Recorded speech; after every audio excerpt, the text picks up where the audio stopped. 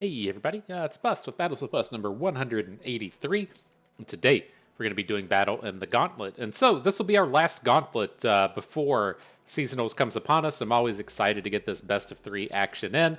And with the decks we're playing today, same ones from before. We're going to be playing Blue Gwen, Sejuani Gwen. We're going to be playing Poppy Taric, and we're going to be playing Misfortune Swain. The quick idea for this lineup, we can pull it up real quick, is that we're going to leave up Nami if she makes an appearance. My idea with Nami is that I don't personally want to play it. I think that we should be seeing quite a bit of her, both because it's a strong deck and people like it. It's also a deck that is quite good against the various Swain decks. And so I feel like it's going to be seeing a lot of play across the board and a lot of play poorly. And so I do concede that there's a lot of people that are exceptionally good with Nami Lee Sin and Nami Twisted Fate, but I think there's going to be a lot of poor play coming out of this deck. The other big kind of thing with this is we see a lot of Swain Twisted Fate, and then that takes Twisted Fate out of the Nami Lee Sin deck, or out of the Nami deck. And so it loses a lot of its AoE capabilities that are good against the decks that we like to be playing. And so that's the idea. We're going to leave Nami up. We're going to ban out Swain. The only kind of wrinkle to the plan is if the opponent brings a Leona deck. I'll ban out Leona before we ban Swain, but I don't expect to see too much of her either at seasonals or in the upcoming matches. And so that is kind of a problematic list for our stuff, but at the end of the day, I'm okay to play against Swain if we have to, but ideally we will not. The last kind of piece to that equation is nobody likes to ban Gwen, and the Gwen deck has a decent matchup against the Swain decks. It plays the Harrowing, they struggle against that, and so we have some good options there. And so, to point out our individual deck lists, they're all the exact same from the last video. We're playing Sejuani Gwen. Again, I'm still kind of interested in toying with some of these numbers between Battle Fury and Strike Up the Band. I think I'm probably going to stick with the two Battle Furies, but that's a card I'm considering taking out. We do not play the Atrocity in this deck. On with the Misfortune Swain. The differences here that you don't typically see with all the Misfortune Swain decks are we're playing two copies of Heavy Metal. This should just be a one of, but it's a card that I definitely feel like belongs in the deck list. And then we're playing Shell Shockers. I'm really surprised that people out there are starting to run the Eye of Nagakaboro's Riptide Sermon package, but they don't have the Attune units to go with it. And the Shell Shocker is very important there. The problem I'm having here with the addition of the Shell Shocker is you need all of these other early game units to where you don't want to play a bunch of units that die to Fortune Croaker, so there's a bit of problem there. You want the Crusty Codgers to help level up your Swain, so there's some problem here.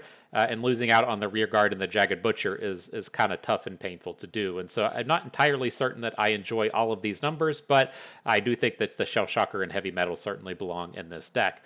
The last one here is our Poppy Taric. The only thing I think to say out of this is we're playing two copies of the Darkened Lodestone. I think the Lodestone is exceptionally powerful in this format and something that you should be playing. It's very good early, very good late. A lot of the Swain decks and the slower decks have a lot of problems with the Harazi coming down. And I think it definitely belongs here. And then we're playing three copies of Tayari. I think the biggest struggle that you can have with this deck is when you just don't play anything in the early game.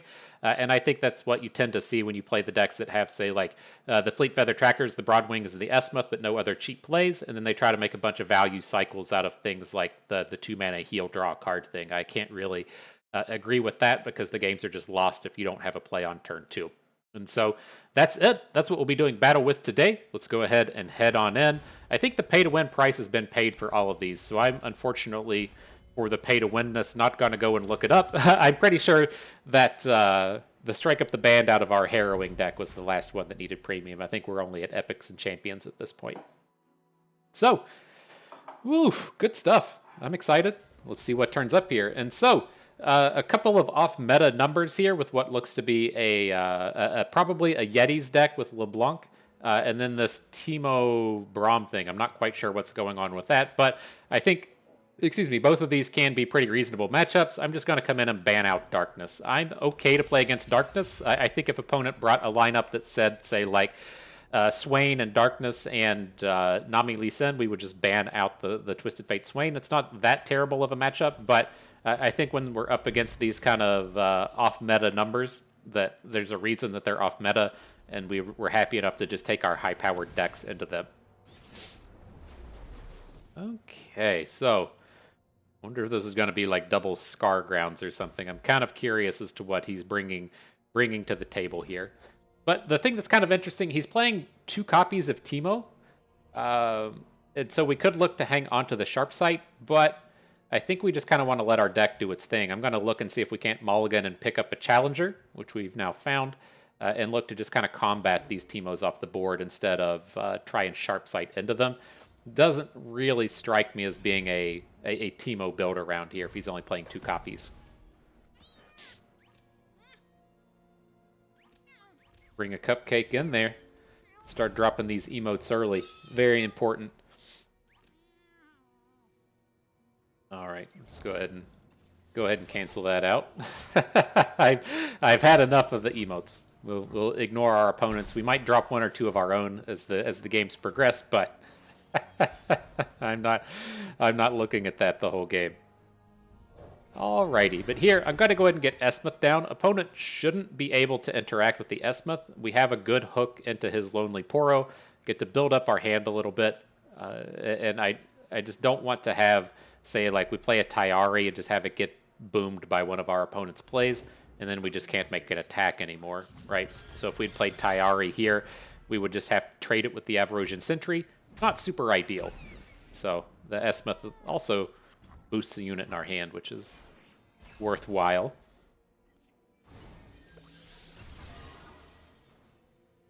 All right, the boost onto the Broadwing. You're probably about to come down and party.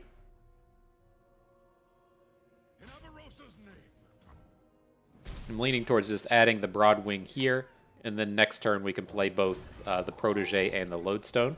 And then if we pick up a big like a high power 4-powered play, like a Taric or a Poppy, then the Broadwing is still arguably better than the Protege in this matchup if they're going to be playing a bunch of like Flash Freezes and Frostbites and the like.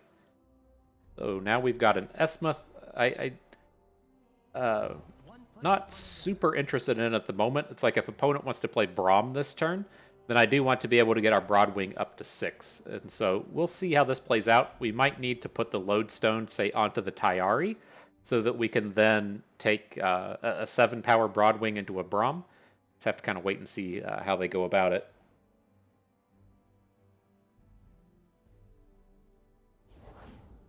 There's the Braum. So it's like, are we going to worry about a Troll Chant? I don't think that's quite worthwhile. I think if we try and combat him in the sense of getting a, if he has a +1/+1, then he can survive, but if he doesn't, then he doesn't survive, I think that's enough.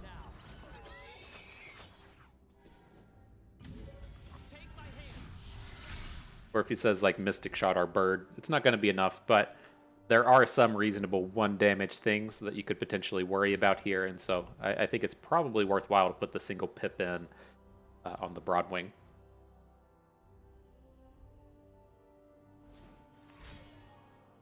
Yep, Troll Chant's fine.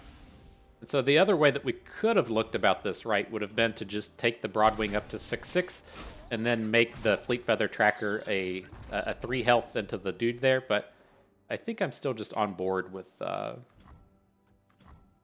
that went. Now, the way that this can be problematic is if we're going to want to take down the Braum with a Concerted Strike, then he's going to flip, right? We're going to be dealing 4 damage to him in the process. I guess we can strike him first with the Broadwing and hope that that lands, but do we even care? Like, let's be real. Do we even care about this Braum?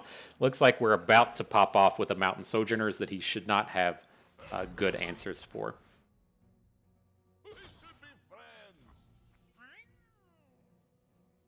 Interesting. Okay.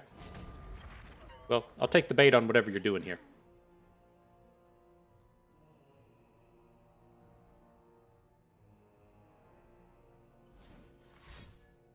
Poro Snack. Okay. It did slip my mind that this could be a Poro's deck. I wasn't paying total attention in turns. Like, he did play that 1/1 Poro on the first turn. Guess that should have been a good indicator that he was playing Poros. Someone smarter than me could have figured that out. But here, I'm going to lead in with the Sojourners. If we pick up a Rally next turn, that's going to give us the opportunity just to outright win with the open attack plus Rally. If we don't pick one up, then having a loose Esmuth into Protege is strong as well. but I don't want to be going into next turn and trying to both Sojourners and Rally. We won't have the mana for that.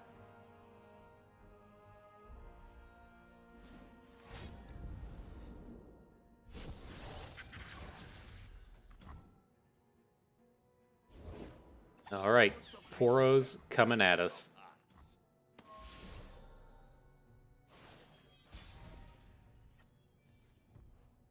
All right, so we definitely want the support unit.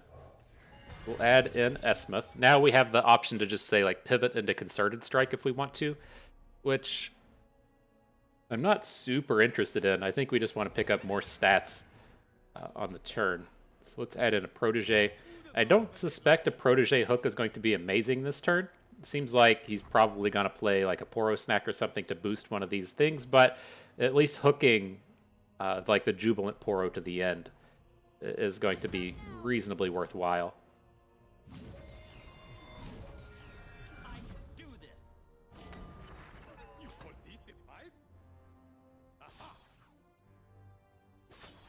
Right. So we have a 7 power into Braum again. His blocks against the rest of our dudes aren't going to be very good. If he wants to put his elusives in front of our elusives, I think that's okay. Looks like a pretty positive turn to me.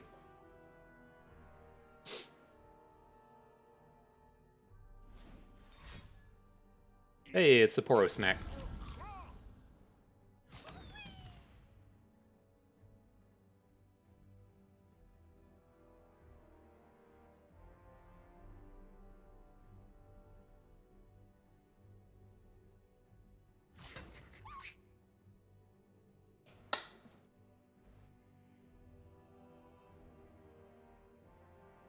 Looks good to me. I mean, if you look at the Oracle's Eye, we keep our elusives. He loses his Braum. He loses that dumb tough Poro. All of our units survive. It's going to be tough for him to try and kill us next turn with the with us having elusives on the board. And then we still have access to this Concerted Strike. And so I think we're good. I think we're okay.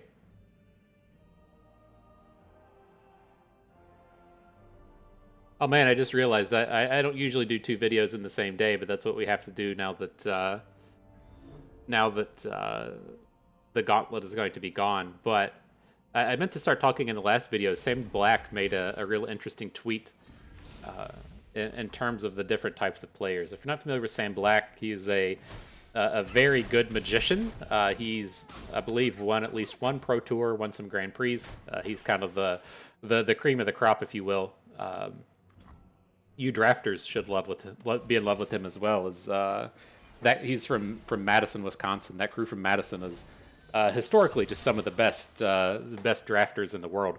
But he's also a game designer, does a lot of that kind of thing. And he, like, whenever you're talking about the types of Magic players, you usually hear people like Spikes. That would be the kind of really competitive ones. You hear the Timmies that don't care so much about winning as much as developing like really big, high-powered boards and making really big, flashy plays.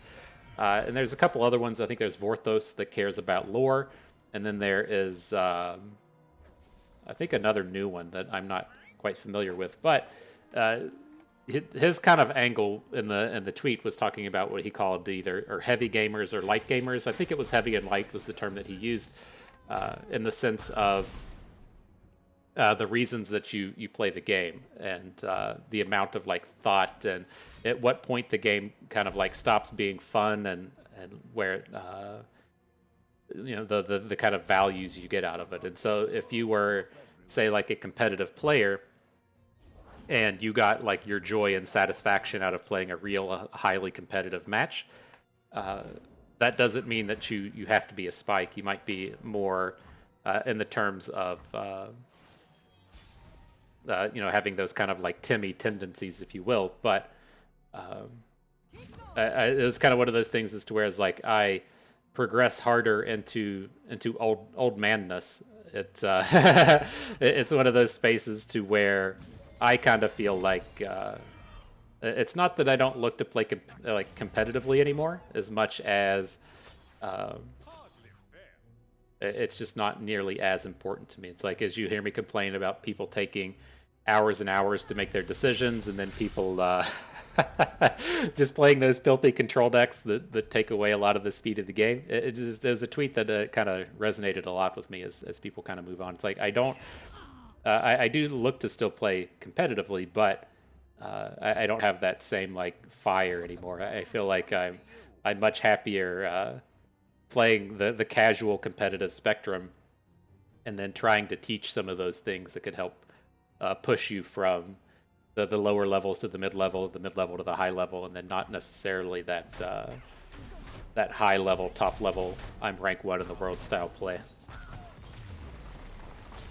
But here, we got a victory. We took it down. If you didn't notice what we did there, we had the ability to make our Esmus very big, hook our opponent's elusives out of combat. Easy way to get those last few points of damage in. So he's playing the Poros.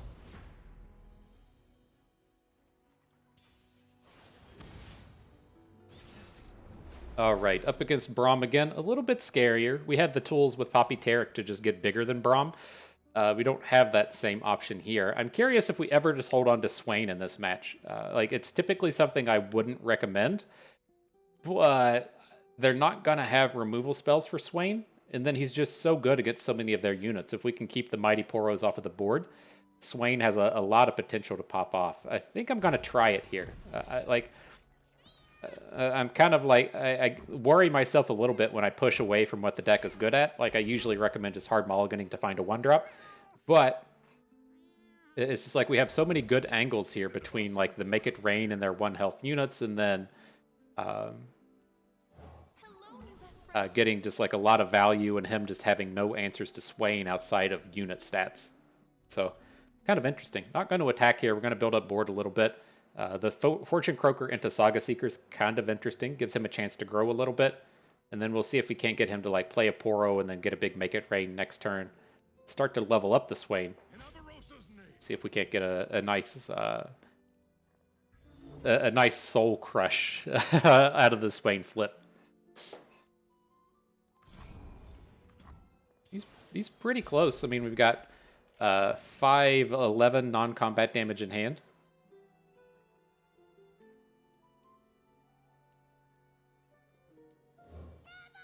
So if we sequence this right, we can play the Shell Shocker. That's going to give us the 2 mana for the Make It Rain. We can still play the Fortune Croaker. We'll see if he plays a smaller Poro here. That would be cool if we could just AoE his whole board. I don't feel like that's what's going to realistically happen, but I'm going to build up to it. He has the Mighty. Okay. I mean, it's still reasonable here. It's sad to have to play it before the combat. We lose that kind of gotcha effect, but he's going to have to trade away his Mighty Poro in the middle of this, so it's not a complete loss.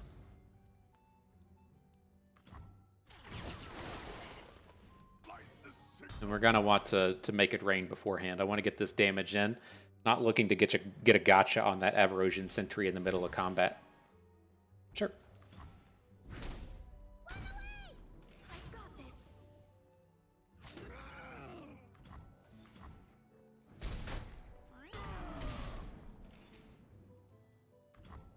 Alright, our Swain's up to 5. Got 8 damage of Swain stuff in hand. That should be enough for a flip.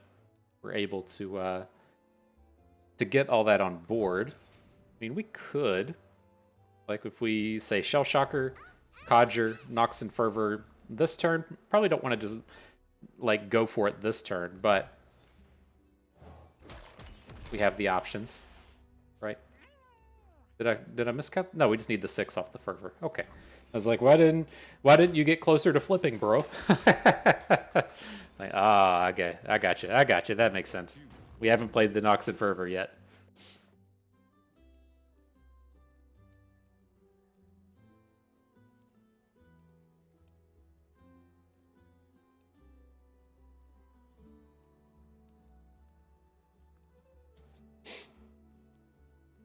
Okay. Excited to do this sweet Swain stuff. I guess the question would come down to, like, say, this game's just over. I was gonna say in that previous one, where we played the previous combat where we played the Make It Rain beforehand, so that he couldn't, say, block our Mirai Warden and then just bounce in combat. We got that extra 2 damage in. It's a little bit different here now with Swain, to where we could potentially want to attack with Swain, and then Nox and Fervor in the middle of combat, have him flip with his Overwhelm ability, and then, excuse me, and then try and get the lethal from there. So let's see how this goes. This game should just be done. He can put a Sinister Poro block in front of something, but we're able to just get that open attack started because we were going to be lethal anyways. Now that he's put forth the block, we could just send in all the extra damages. Watch that Swain flip happen. Say GG.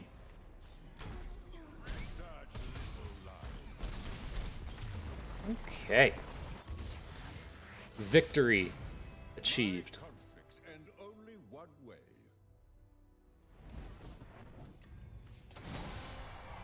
All right, battle number 1 in the books. Head on to round 2.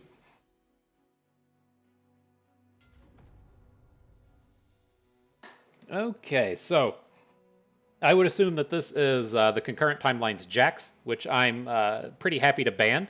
We're going to have then the standard other decks, Nasus Kindred along with Darkness. All of these, like the Darkness decks, and they're pretty like coin flippy against what we're doing. My concern is that the problems we tend to have with a lot of these decks is when opponents just put a lot of stats on the board. And that's what the concurrent timelines deck is really good at doing. And so I feel like we can give it a ban. I haven't been really worried about Nasus Kindred since the changes to Hate Spike and the changes to Viego. And so I guess this isn't Viego. But with the changes to Hate Spike, I feel pretty okay going into this. Although it could give some trouble to Poppy Taric. And then Darkness is one of these decks I feel like is just a never ban. And so it's kind of whatever. But now that I stop and think that this is Nasus and not Viego, I think we're still okay to battle with it. It can cause some problems for the likes of Poppy Taric, but that Hate Spike nerf was a lot bigger than it seems, and it gives us that chance to just punch in a little bit of early damages. And so it just feels like Jax Vi is going to be supremely inconsistent, though. I feel like we might have just made a mistake leaving Jax Vi up, but it's not a matchup that's ultimately like ultra scary. I'm surprised. It would make a little more sense. I'm not sure they're not playing Trundle, but anywho, reasonable enough start up against Darkness here. I do really like the Darkened Lodestone in this match, but it's like, do we want to keep it with this board? I think it's okay. We can like load it up on Esmuth and try and pop off on turn 3. Let's just hang on to everything here. No need to hard mulligan or try to mulligan for a bird. That's a little challenging to find.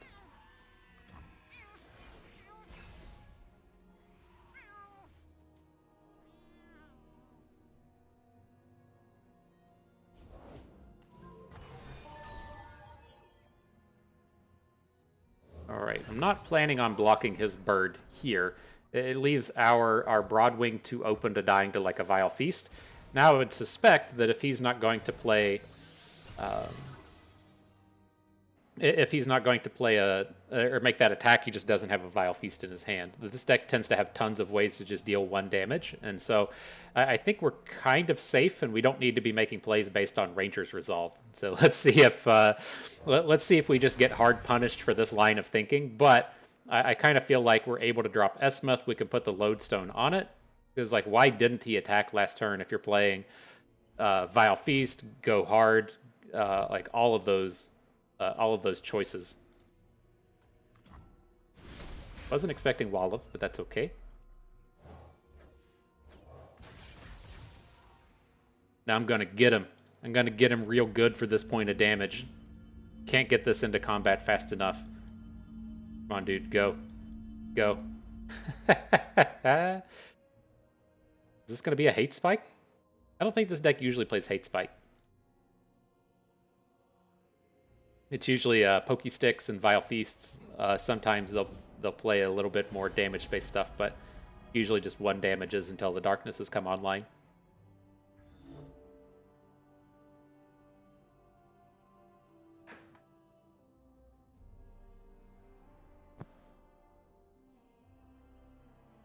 All right. The Cobra making the big decisions. I feel you, bro. Here comes the Esmuth. Soak up that decision. Alright, what do we got? Feel pretty good about this turn. His attacks again seem terrible. We have the Ranger's Resolve. If he does attack, Protege is looking nice and big, large and in charge. Seems alright. We just need to pick up one of our expensive bros.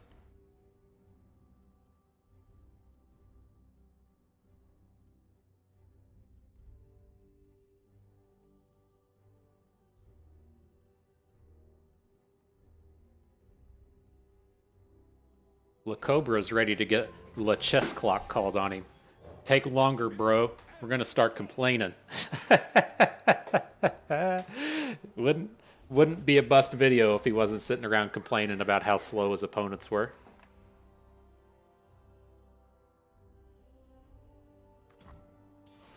No attack. Cool. So what do we got? Probably got to start spending Relentless Pursuits. Otherwise, our hand just doesn't really do anything.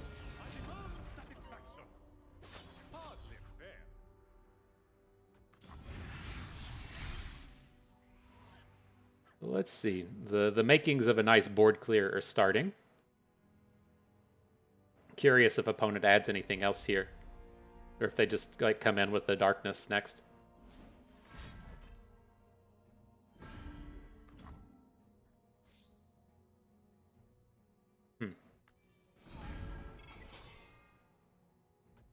Okay. So he can kill something with the darkness, or we can try and just counterspell it with a Pale Cascade and then move to the next turn. I'm leaning more towards that. Maybe we just go ahead and play the Darkened Lodestone since we're kind of far out from we're kind of far out from popping off with any of this stuff. So he might be interested in dropping a darkness onto the Broadwing now. It's like he says no. Okay. You could say I got a life with.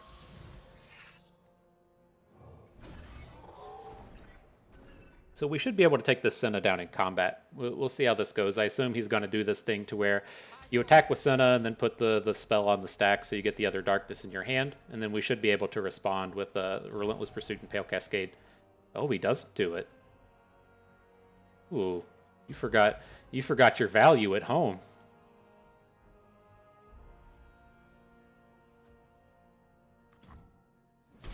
Okay. I'm going to put it on the little bird. So now we're protected across the board forever this darkness can fall. And then we have this good hook with the Protege into the Senna. We definitely want to be hooking the Senna with the Protege since it won't die. If these Broadwings get hit, it starts to be a little bit problematic for them.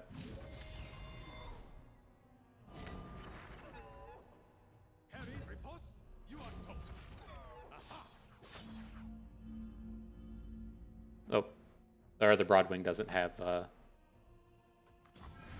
the ability. So right, I would assume he's now going to try and Darkness to protect his Senna. We have the Pale Cascade ready to counterspell. Seems good.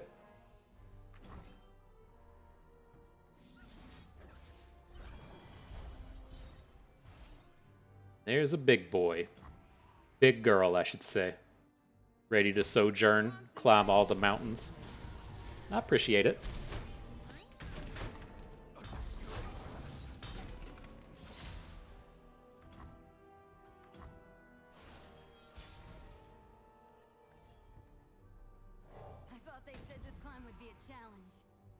So the thing, I don't know if this like rule changed at some point or what the deal is, but these Darkened Lodestones now count towards the support bonus boosts. And so the question now will be, do we actually want to like go for that, right? We can look to just play Harazi next turn as a big styled unit, or do we want to go for something like a little bit, like how close are we to lethal on these attacks?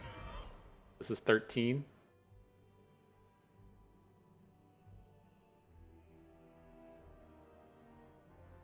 Well, we should...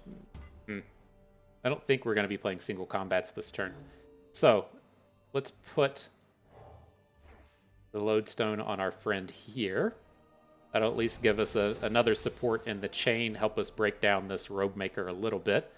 And then if he changes his mind and adds another unit, gives us a little bit more potential with some of these hooks. But don't get confused here with this 6-attack Petricide Broadwing. It's not capable of killing this robe maker.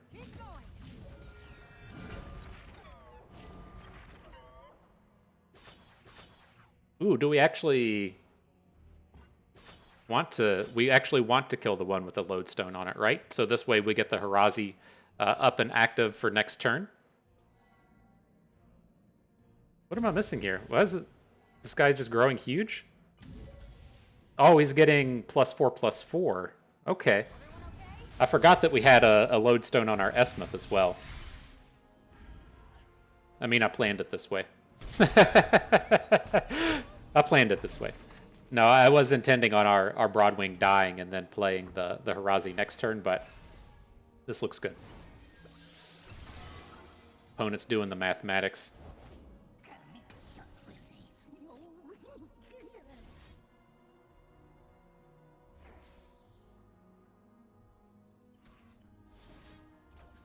All right, this Relentless Pursuit onto the Broadwing gets it out of darkness range. That looks pretty good. Probably should have just gone ahead and concerted strike here as well, but that's kind of questionable. It gets us in a spot to where well, no, the concerted strike's fine. The single combat would be questionable.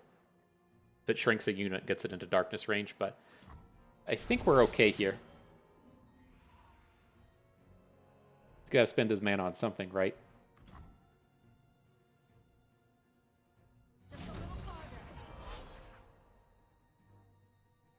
So if we give it one of these, many stats coming through. Okay. Kind of feels like he has a vengeance here, but I don't think it's going to be relevant.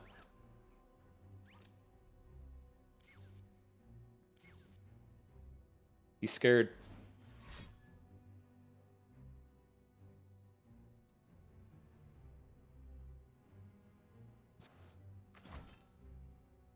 Wallop. So he falls to 1. Okay.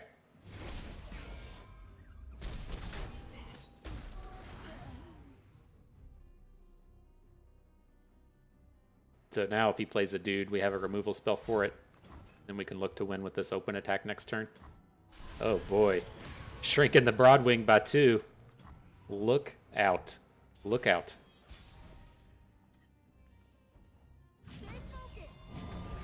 Alright, but not going to lose to the Ruination or whatever weird shit they're playing. We'll go ahead and get this open attack in. Shouldn't be any way to stop this open attack.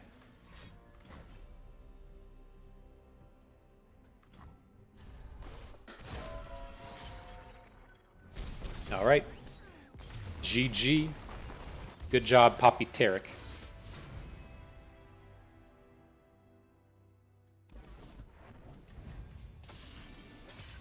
Alright. The deck that gathers no respect. Gwen Sejuani. Should be pretty decent against Darkness. Darkness has a real problem with us dropping the Harrowing on it. And it also has the problem to where it's like kind of a Conchologist deck to where they get a lot of... they're trying to prevent a lot of damage with things like Conchologist, and we get to punch through with... we get to punch through with our Overwhelms. All right, I'm curious to see how the Timelines deck goes. I wanted to play Timelines in the seasonals, and then the nerf really kind of pushed me off of it. But I could certainly see it having an impact. I feel like people probably overestimated the damage that the +1 cost provided to the deck. I mean, would you realistically play a card that costs 2 mana that says all of your units for the rest of the game get +2/+1? Like, that sounds like a fairly reasonable card. And so, the Timeline's getting nerfed shouldn't be its death knell.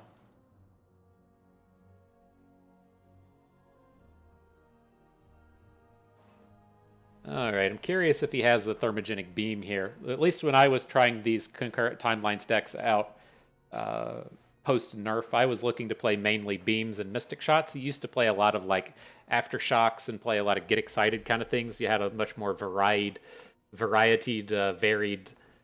method of removal spells, but not sure what people are currently doing with this deck.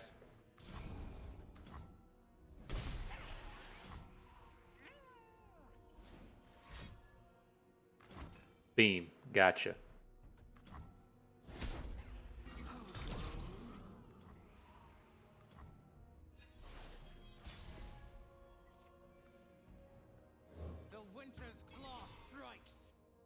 All right, I'm ready to bring some attacks.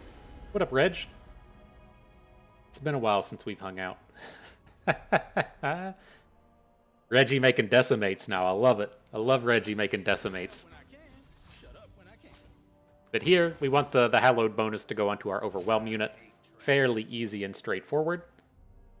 Don't want to give the bonus to the Boisterous Host and then have it just get blocked by Reggie. He would have actually prevented more damage if he blocked the host, but he did get to take the better unit off the board there. We made it. Yeah. Rip the Harrowing. Sad day for you. Now he's only got 1 mana. I think we can safely play Gwen.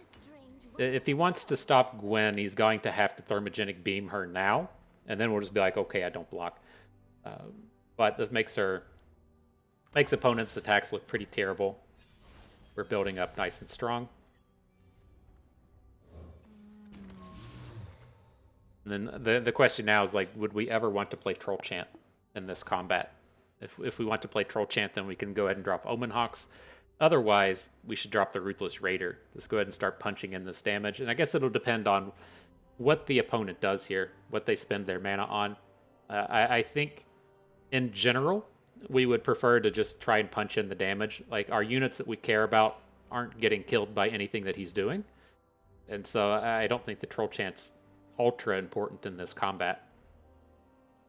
The other angle to think, though, would be like, would we want this next turn? If we're going to add Sejuani next turn, do we need to give her like a little bit of protection?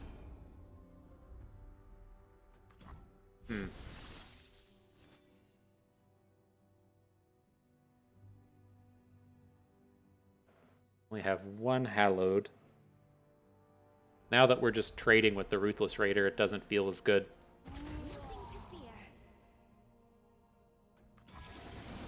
Okay. We can stop here. I'm just going to add the Omen Hawk since it's going to be... Like, it's not going to be good next turn, but I want to have this 2 mana for the Troll Chant. Maybe we don't even need it, though. The way that this is really gonna, I think we just add the Raider, right? If we think to like 2 turns from now, we're just gonna be open attacking, and that will be a reasonable time for the Troll Chant to come in. There's the timelines. It's a day late and $1 short, my friend. Feel no fear, show no mercy. Words to die by. Now we have all these delicious Overwhelm units on the board. Looks pretty good to me.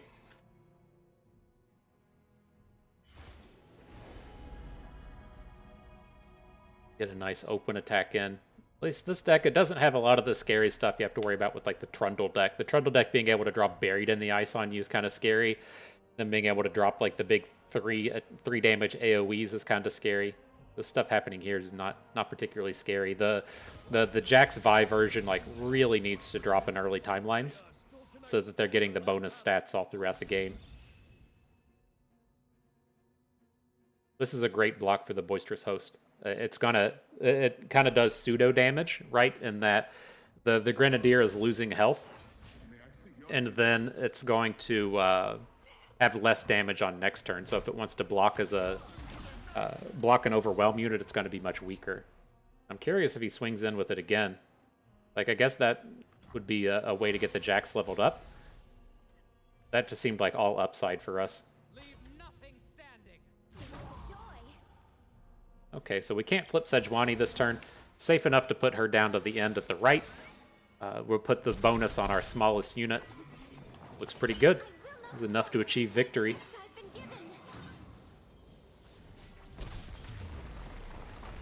Victory achieved, FTP bust. Did you see that? Mark it in your journal. Me. Journal. I watched an FTP bust video today, and he won. GG, the Cobra. All right, and so with this lineup here, it looks like a reputation deck with LeBlanc Sivir. I'm fine to play against that.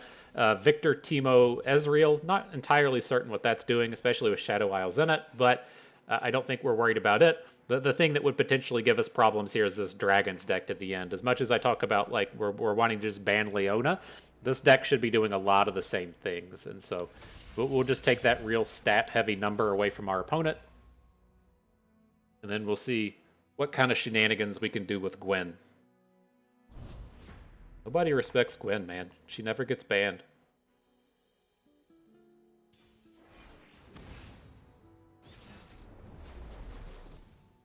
Okay, reputation. Looks like the dude paid the pay-to-win price. I can definitely get behind that. See how this goes. Ooh, terrible mulligan. You're going to have to do some work here, Mirai Warden.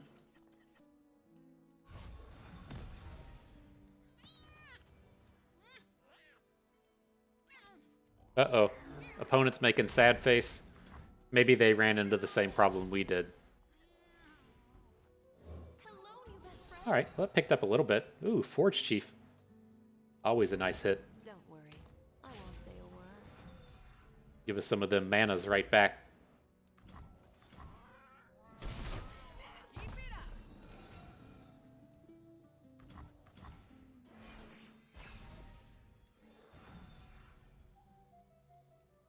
Riptide Sermon? Gonna rip it and roll it next turn? Ooh, whoa! Whispered words. That's not good. That's not good for opponent. Pretty okay for us. Ah, Shadow Fiend. F.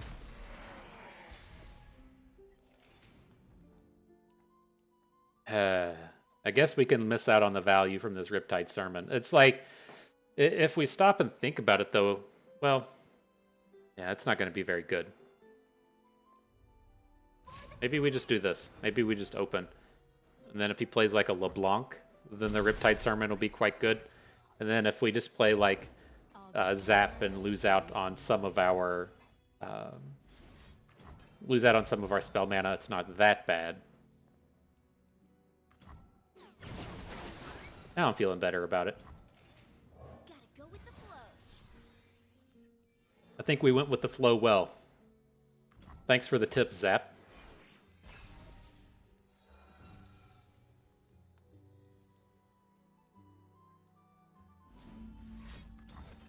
Naga Kaboros before us. Oh!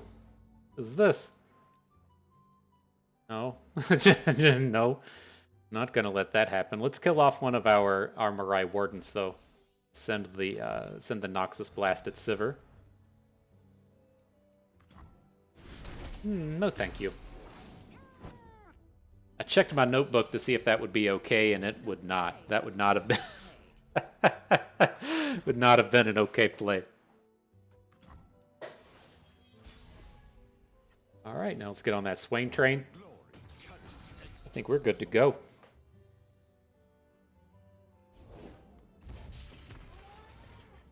Big dumb elephant. So here, I think we're gonna want a heavy metal. Enemies with 4 or less power cannot damage me.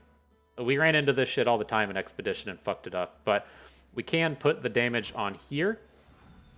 And then if he blocks Swain, he should at least still be getting this Nexus strike in. He's not gonna survive, but we're gonna be getting all this extra damage in and stuff. It's gonna be quite good. I think. Why aren't you killing him? Oh, it's 4 or less. Oh. Oh, Andy doesn't have Overwhelm yet. Oh, that was all sloppy. Let's act like we didn't just make that play, okay? Act like I didn't do that one. I thought it was going to go well, and it nothing I expected happened. We didn't get to deal any damage to the Tusk Raider. I was okay with the Tusk Raider. I was planning on the Overwhelm. getting those pieces of damage in, but not the case. We just got bamboozled.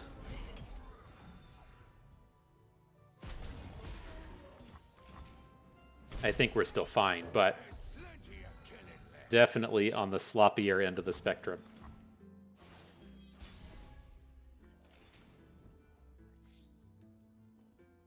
We'll wait on the Eye of Nagakoboros. We got some potential for it to get surprise damage in. So if he says like blocks Misfortune with the Tusk Rider, because that looks like the best block, he plays some like weirdo removal spells on our other dudes and we're a little bit short, then we have the potential to punch in the surprise lethal.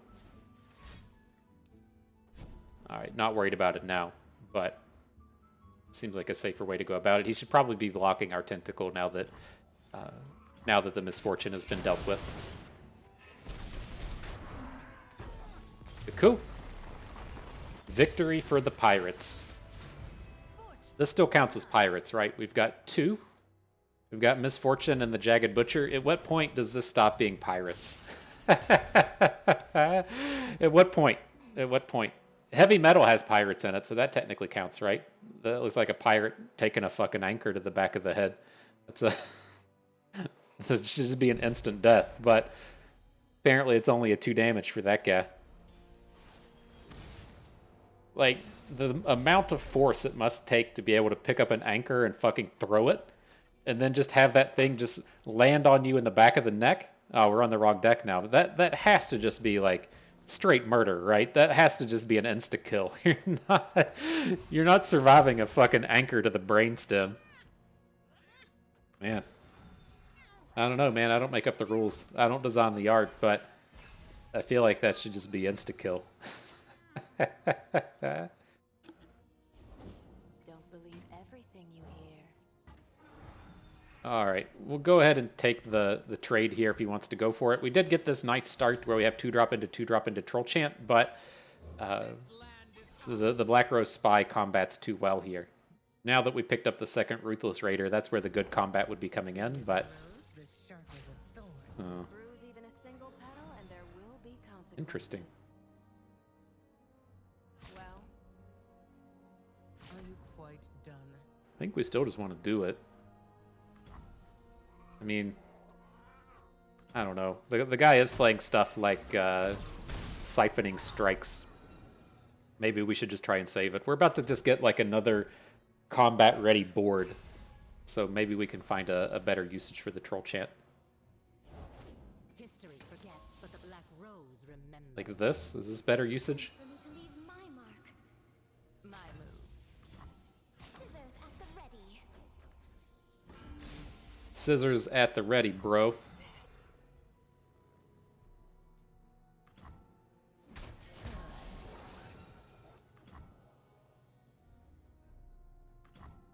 We're 2 hallowed, right? 1 hallowed. I thought we played 2. The other butler's just in hand. All right. So let's go with Butler. This doesn't strike me as a turn to where the width of the overwhelm stuff matters. If we're going to be losing stuff, let's go ahead and just lose these hallowed units and then have the overwhelms for the next round. Don't worry, I won't say a word. I don't know what he's doing, but I'm dropping emotes too.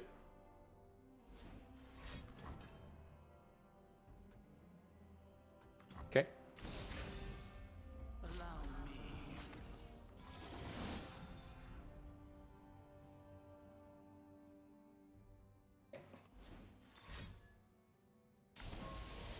Speed. Sad day, Gwen. Do we still get the hallowed off of this? 1 death? Or does the quicksand wipe it away? Quicksand wiped it away. That sucks. I think we're still in a pretty good spot, but sad day for Gwen there.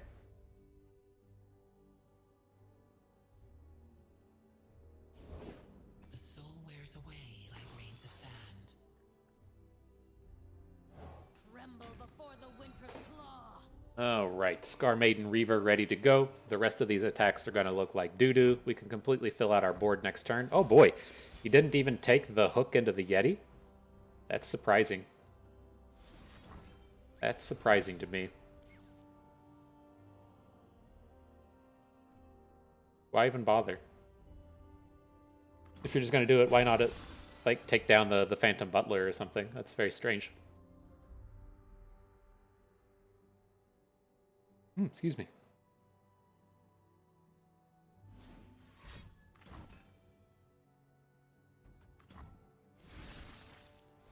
All right. The defensive Legion Marauders coming down to the board. I don't know about you, but I'm scared. Set it all ablaze.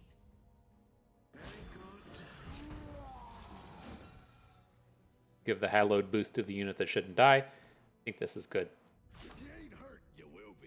All right, he's going to want to put his Kai Sand Spinner in front of the Yeti, so shouldn't be generating enough damage into the Reaver. Well,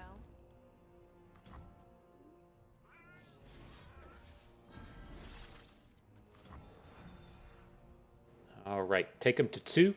We're about to go for the coolest win you could potentially do. Do you see it? It should be quite obvious and apparent. If it's not, we're going to drop the Tusk Speaker to do a point of damage. We're going to stance swap for a point of damage. Say, GG, bruh. New scar. GG, bruh. Ooh. Should we just wait for the Battle Fury kill? That's tough. That's tough. Lots of awesome ways to win this game. I'm going for the right now. No slow rolls from me.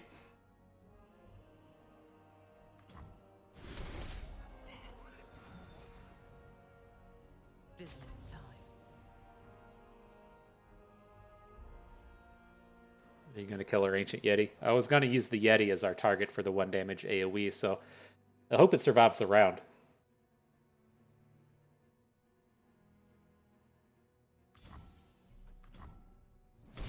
Alright, here goes. Here goes.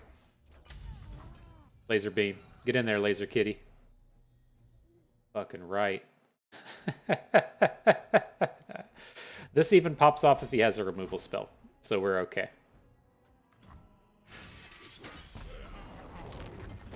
Got him. Good job, deck. All right.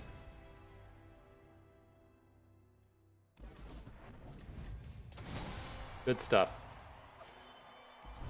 The pre-final battle upon us. Hype in the chat. Get amped.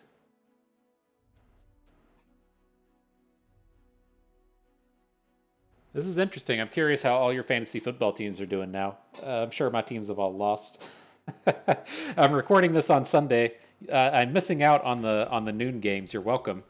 At the price of getting this extra Gauntlet video stuff in. So you're welcome. So what do we have coming out of these decks? I know that this is like the Misfortune Blade Dance deck.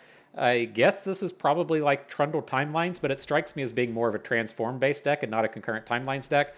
And then there is the classically named Bang Bros deck, which is a elusives heavy Green Glade duo deck looking to win the game quickly with rallies. Very similar to Poppy Taric, but much more aggressively minded. I think with this, I'm looking to like leave this mid-rangey deck in. I think we can 2-0 whatever this Trundle deck is trying to do, and then banning either Misfortune or the elusives deck. And I think we have the answers to the elusives. Like Poppy Taric feels kind of weak here. It feels like they should just be faster than us, but I feel like our 1 damage hits out of both the Gwen deck and the Misfortune deck should be quite good there.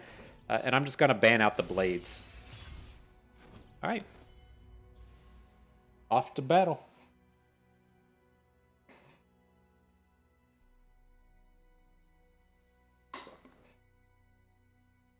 I tried to make good usage out of the old Bang Bros deck here recently, and I just wasn't able to do it. Wasn't able to get it really popping off. There's just like so much cheap AoE in the format that it was tough to do. But this was also at the time when Hate Spike only cost 1 mana, and so they were able to really interact with all of your offerings well. All right, though. Nice little aggressive start. We'll see if this is the timelines or some kind of transform mid-rangey number. I'm not sure. Like, the timelines does seem a little bit scary to be playing against, but it strikes me as this not being a timelines deck. As we roll into turn 2 and see the timelines.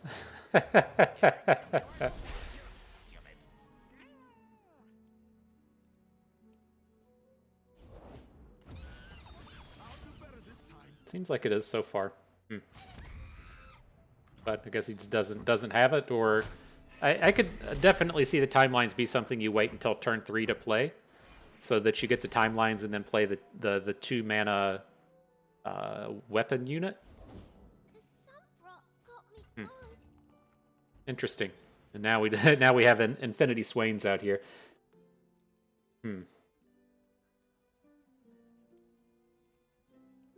It's tough. I don't think I quite want to get Misfortune down. Maybe she's okay. It's just like... I think what's kind of like gonna draw me to Misfortune here is we can like more awkwardly spend all of our mana next turn. Like this Thermogenic Beam is fine, but if we spend our 1-drop and our 2-drop here, and then we go into the next turn and play Misfortune and then bank 1, I'm not really amped up about that as to where... with this angle, we have the opportunity to pick up more 1-drops, or if we draw a 2-drop, we can play 2-drop into Fortune Croaker.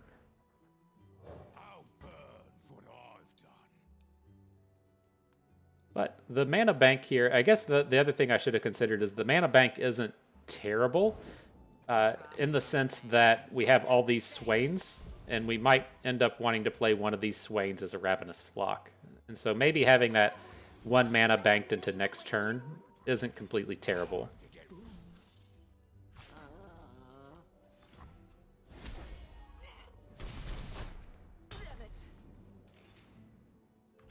Where you at, Swain? Only 3 damages so far. Gonna have to work on that. We're gonna need you to get some more damages more damages ASAP.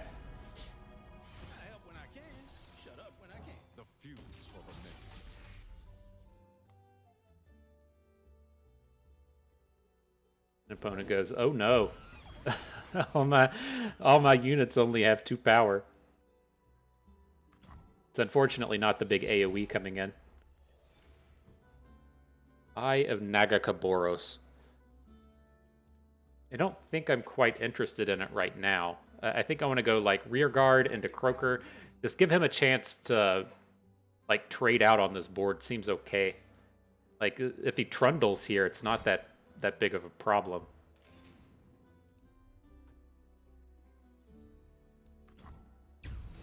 Okay. Still can't block our Swain. Draw some cards and stuff. Legion Rearguard ready to party. So these all seem like happy trades. He's going to kill all of our small bros. We're going to hit for 7 with Swain. Really close to just lethaling him. And then he's going to run into some real tempo problems here in the upcoming turns when we have the option for like burst damage out of the eye. We get to draw a bunch of cards. I think this is fine.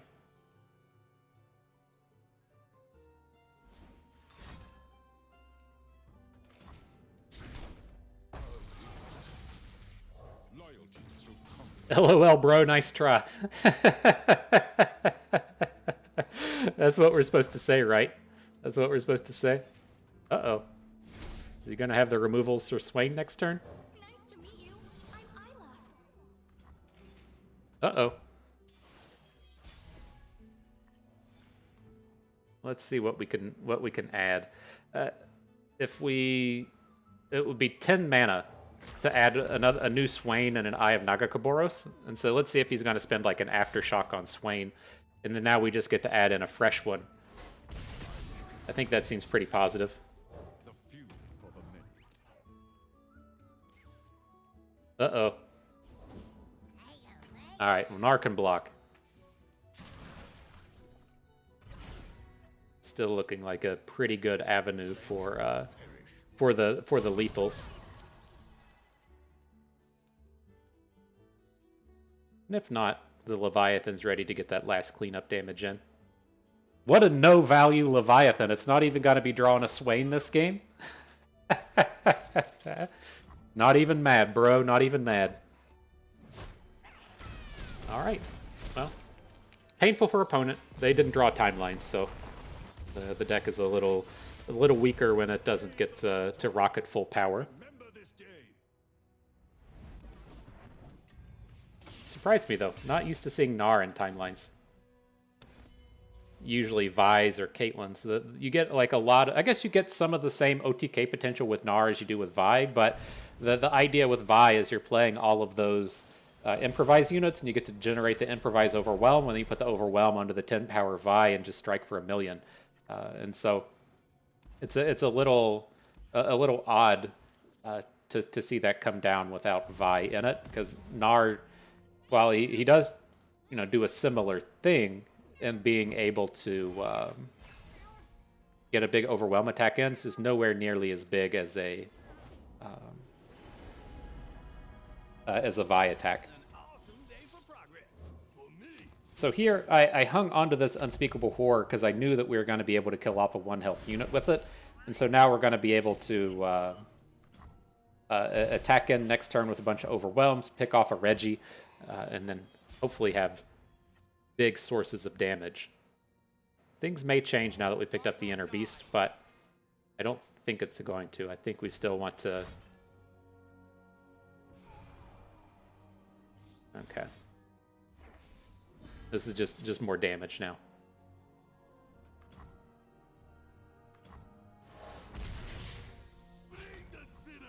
You're safe for today, Reg. Safe for today.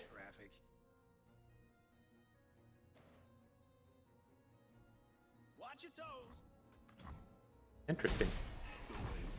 You typically want to kill that tough unit given the chance, right? Our other unit's going to shrink back down to 3-1, but not have tough.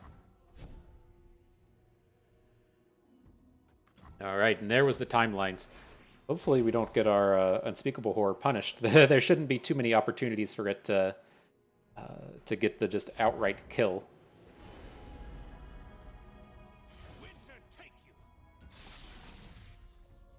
Morphs into 2-2. Welcome, one and all, to the Midnight Revel!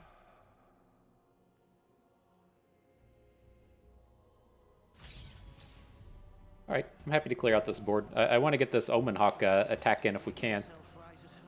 I guess it's not the end of the world if he starts playing for value here. We're just chunking in a ton of damage, and that just leads into our game plan.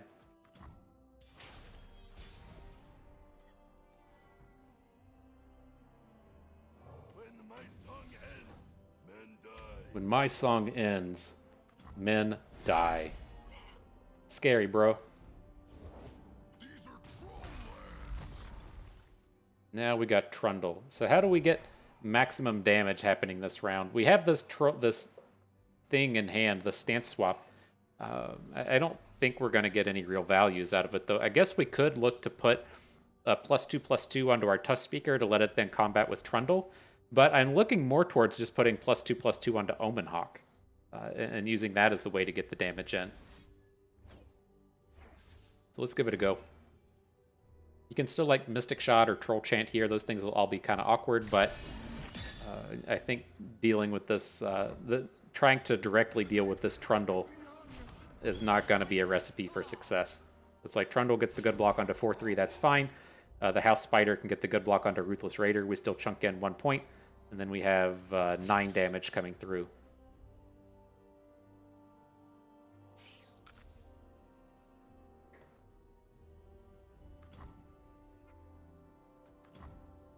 Okay. So what we'll be looking to do now is we can potentially... our Sejuani's at 3 ticks. We want to get a point of damage in with Sejuani this turn, so hopefully we get to draw something that lets us Unspeakable Horror face, and then next turn we're going to look to Sejuani the Trundle out of combat, and then just get a bunch of damage in with all of our other bros. So we'll hook Trundle off to the side with, Omen Hawk or Phantom Butler, and then all of our overwhelms get to attack through the smaller units.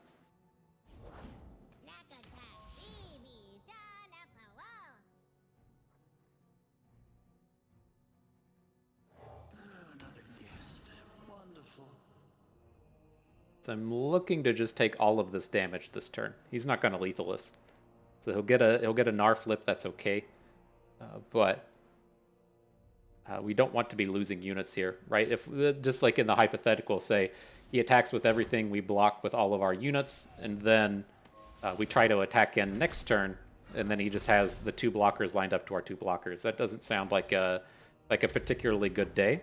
And so we'll just go ahead and start trying to go directly to face. Unto Dusk, not quite what we're looking for.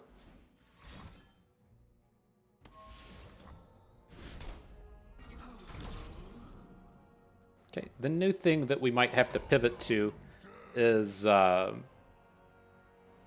we just kill through Gnar? Which is a little scary if they have like a Frostbite. This deck probably plays Three Sisters.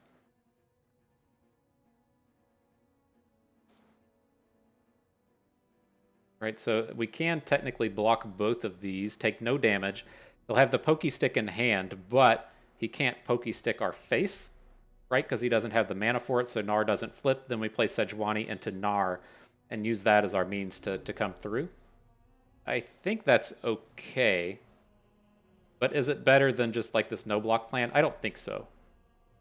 Right, as our Sejuani can potentially be a 8 attack. That's fine.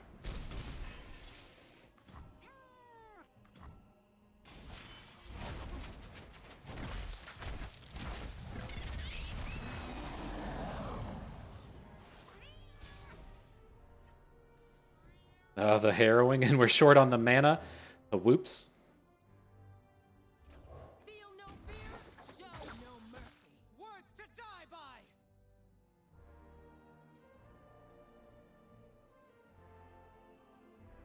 All right, so let's see how much mana he spends here. Ideally, we'll get to see like a.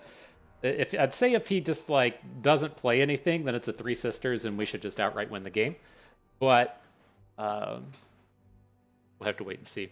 Right, if he plays like the Three Sisters now, then we just know we're gonna hook with a 0 attack unit and pull someone off to the side. But if he waits until combat, then we know that we can hook Gnar with Sejuani, have her attack over to the left, and then punch in the big damage. Having a unit here is slightly awkward. We can still kill through the Zonite Urchin though.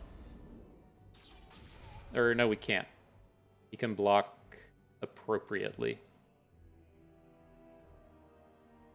How much is this though? Like the Sejuani is 9? That's enough to kill through Dum Dum here.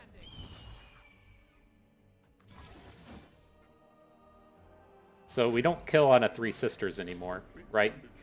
But his attack here isn't enough to kill us. Or if we can't stop here, he can't add anything, then we can probably just block next turn.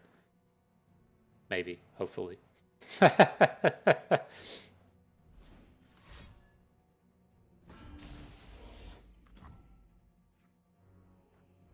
Okay. So we kill the Trundle. That's actually pretty big here. It really limits his ability to get a kill on us now. The frightening thing with this turn is going to be their access to the Ice Pillar turning into a big 8 mana unit. And so it's like if the Ice Pillars and then it turns into a... ooh, you sequenced this wrong. This is not right in any way, shape, or form.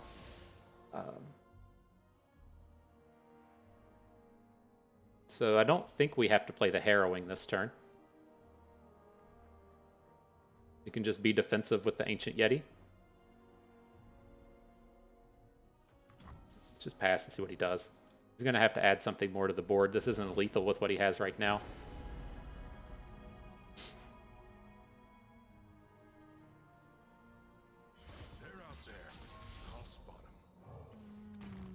Arena Battlecaster, little scary, little scary. He gets the extra stats out there.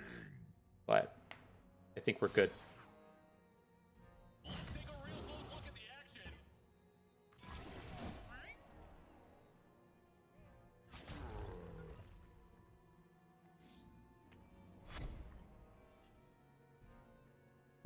It's like Troll Chant makes you stop and think, but I don't think it's what we want to be doing here.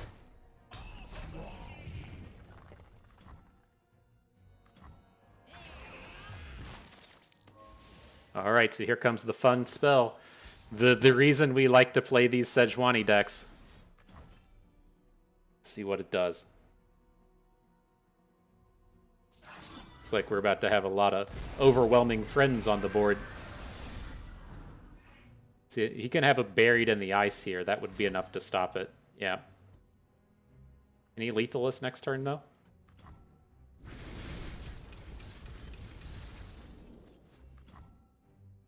Probably close.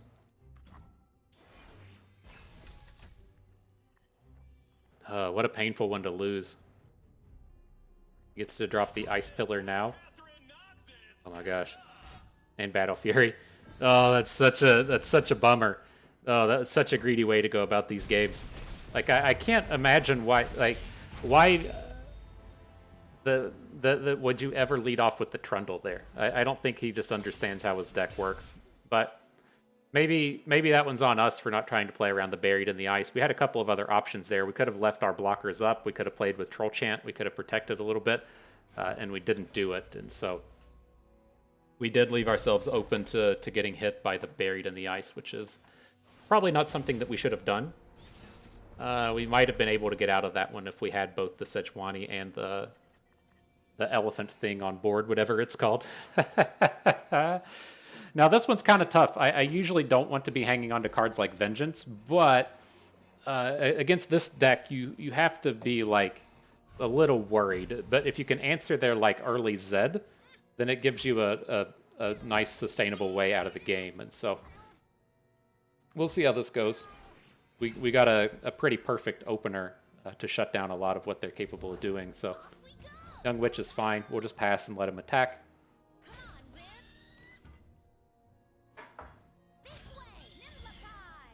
No reason to get involved with that board. Now we can get our double Ruthless Raider attacks going.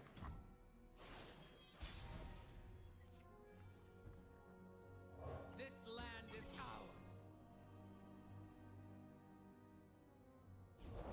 Do not fear. Does bring in Zed. So let's see. We'll see if he opens on us or not. It's not like a supremely scary Zed. We have a lot of answers to what's about to happen here. Let's see how it goes. It's going to depend on if he plays more cards or not. I'll take everything.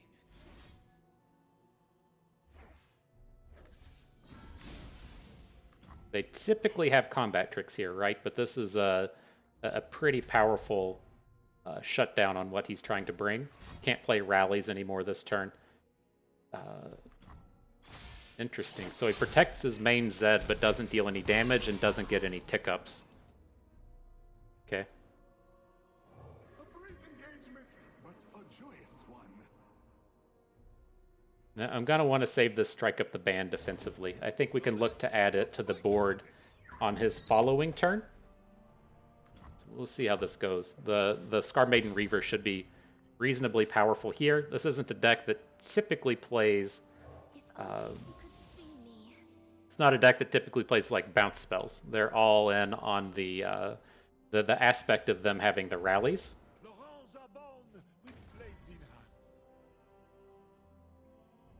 Okay. So we're at Hallowed 0. I think we just want to attack with Gwen. If he has, there's no tricks he should be able to have here. I don't think this deck usually plays stuff like Ranger's Resolve. Looks like we're about to find out that it does. But this is still okay. We have the Vengeance ready for his Zed. They don't play Deny, or at least they used to not play Deny. So I don't think we're too worried about it.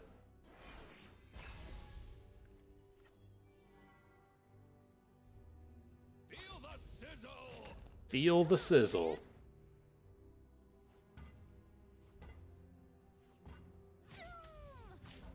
A cut above the rest. Okay. May I see your invite?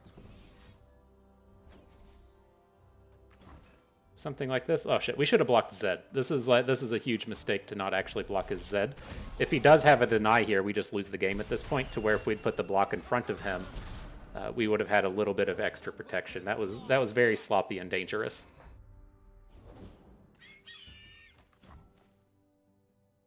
Let's see. A rally here would be pretty good from opponent. We maybe... Alright, we don't have to deal with the rally. Probably shouldn't have played the unit and just banked up that Strike Up the Band mana. because a rally would have been pretty devastating. Please turn me back.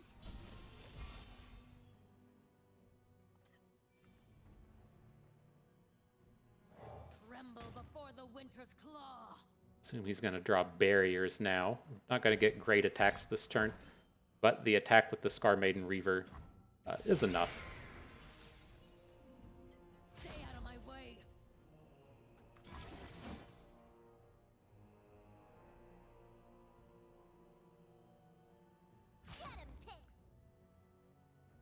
Wow, what is this? Are you really just blocking? Well, I guess you could have another Lulu in hand, and that would make a bit of sense, but very strange. This would be another single combat? Interesting. I'd assume this is like another unit as his last card, and that's why he's not worried to put this stuff on the board.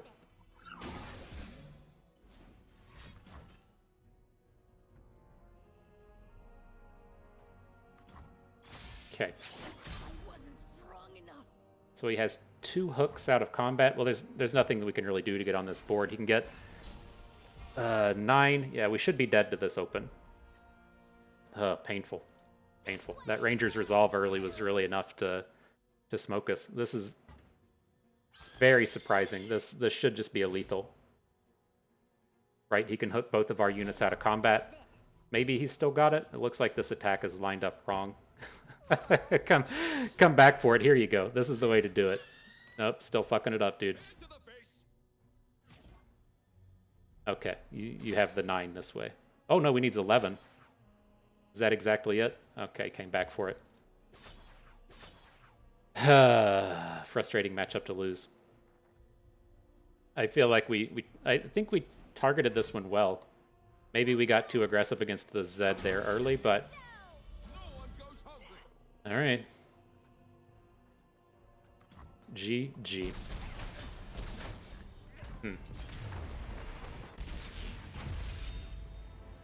That was tough.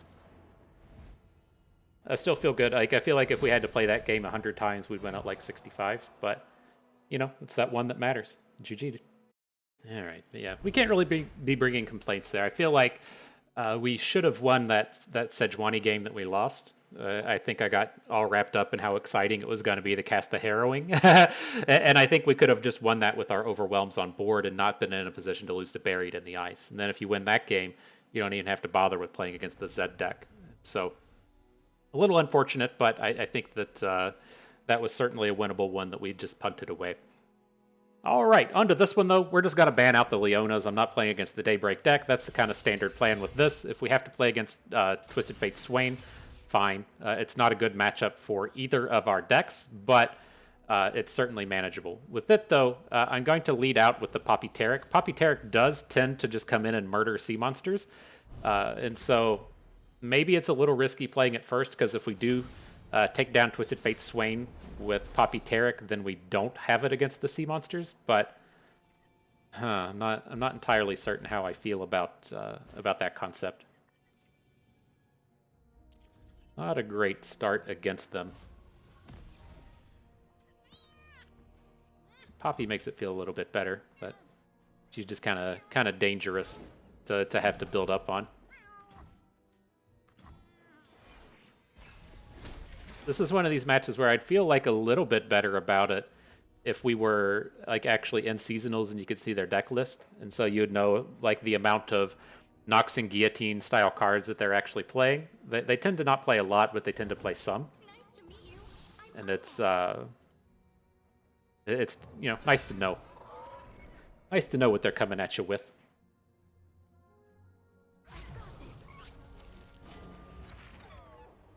Actually, let's play this a little less dangerously. He shouldn't actually be able to come out and kill us here. And I'm looking at the potential hooks that we have, and then how we can not get blown up by Make It Rain. So I think letting our Broadwing fall to 1 health is probably a mistake. If he has to pop it with a Ravenous Flock, then fine. But I don't want it getting popped by a Make It Rain in this point.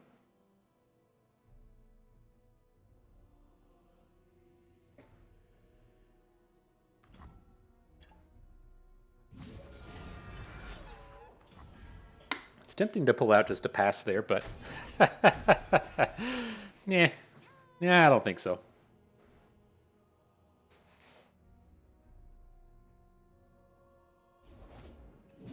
Watchful Idol number 2. Sure.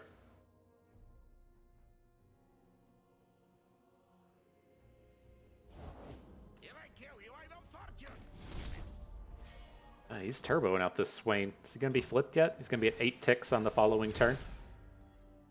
Real close. That's just a ravenous flock away from a flip.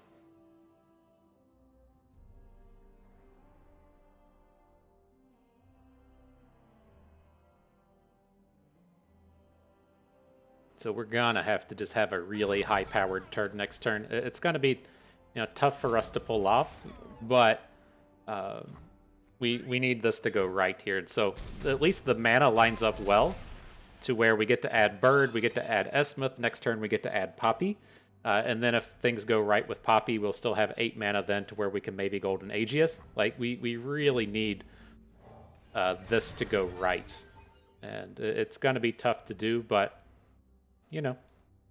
That's how you occasionally pull out a win against this deck. It's just to have these things go right, and I think we got set up to do it perfectly.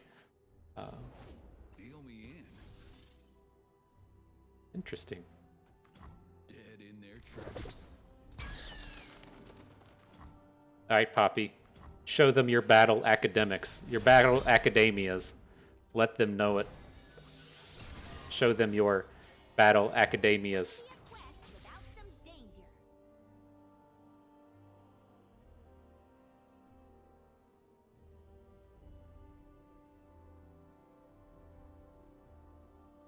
Swain's already flipped. Ugh. Oh boy. Okay, we're not winning this game. We'll still give it a try, but this one is out of reach now. I'm gonna leave Steve in hand. I don't want him. If he has, or gonna leave him on the board. If he has a second copy, we don't want Twisted Fate dropping in additional AoEs or additional gold cards. It's gonna be too much. We're already in a bad enough spot. We can't have Steve making it worse.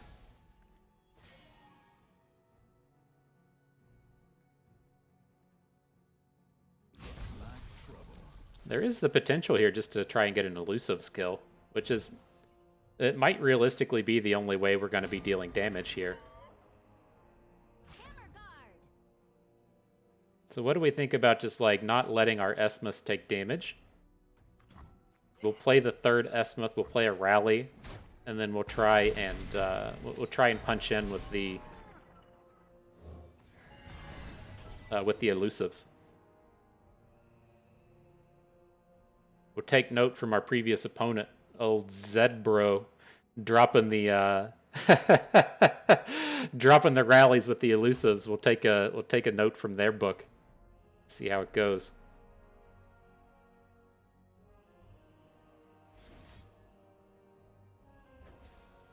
I mean, we'll put it onto Poppy. I suspect she's just going to get killed right now. But, with this theme of just having things go right. Oh my god. Oh my god, is it going to happen? Oh, buddy. Oh, buddy. Shit's getting real. Oh no. Oh no, opponent.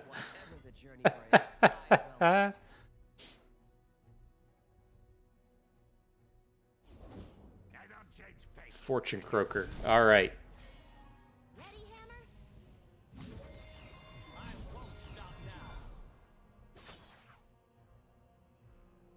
So we can give it one of these. Do we want it? Would we rather just give Poppy the stats? Maybe that's the way to do it.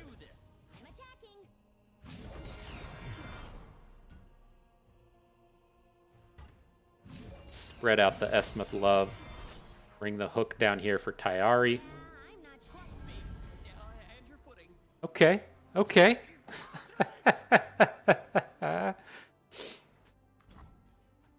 Poppy Taric saying fuck you, buddy. Oh man. Feels delightful. Feels delightful. And we got the double rallies for this turn. Okay.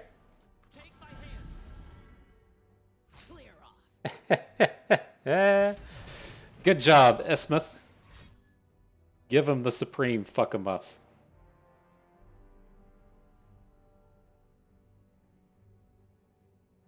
You all didn't think we were going to win this game, did you? Feels good, man. Feels good. Play your Leviathan.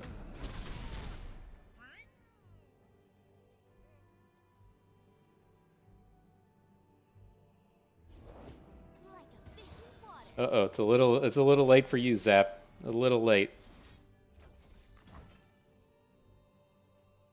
Rip him.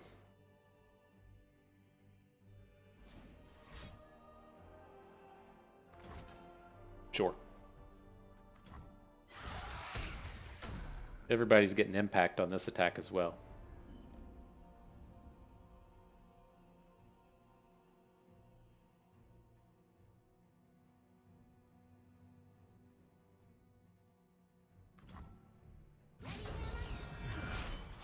Nice. Alright. 1 W against Swain Twisted Fate. We did it. We got a W. We achieved it. Feels good. But now that's the thing. I'm curious if we shouldn't have let out with the Pirates version. We have 2 bad matchups that we're about to have to run this into, as to where Poppy Taric absolutely murders Sea Monsters, as to where I imagine that this Sea Monsters matchup into the Pirates deck isn't nearly as good. I feel like we're going to be playing a 40-60 into a 40-60 here, and we need one of those to go well. Just all bad matchups across the board for us in this one, but we're going to give it a shot.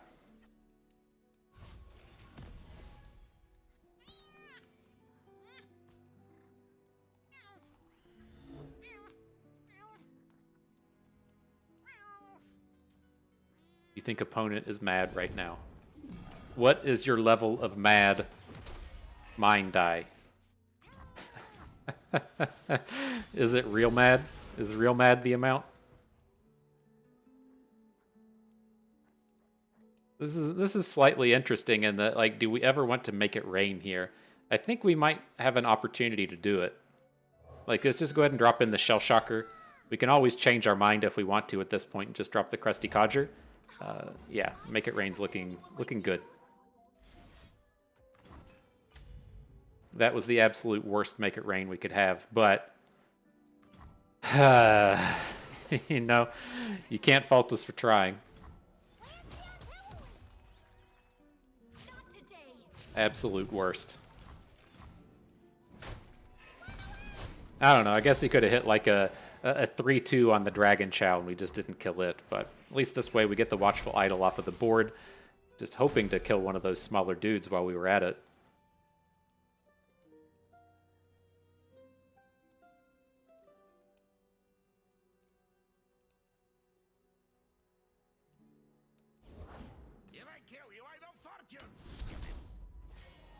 Alright, so are we just going to go for the width on this board? I think so. We need to get some stops here. It's like we'll see if he drops a Twisted Fate in on us, and then I think we're safe against him at this point. He would be the worrisome thing here if we had to say, like, have the Warden down, the Codger, and then Fortune Croaker the Codger. It was actually kind of nice hitting this tough unit.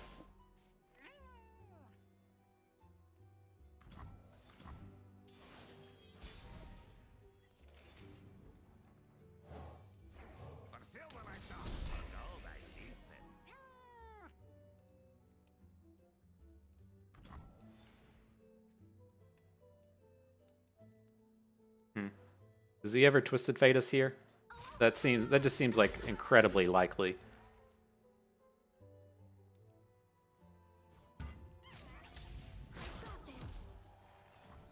We'll send the squad. I don't think we have, like, I think we're done with the cuteness of the Plucky Poro. If he wants to take a value block, that's okay. I think we need to be chunking this damage in now. And then we're going to look to have like a good Riptide Sermon next turn. And then, right, we're not getting just domed by Twisted Fate. I guess he doesn't have it at this point. He probably would have blocked a like a Crusty Codger with his 1/1. and then you prevent the same amount of damage, but you get to kill more units with the Twisted Fate next turn. So it's probably reasonable to assume that he doesn't have him at this point. But I think that was okay.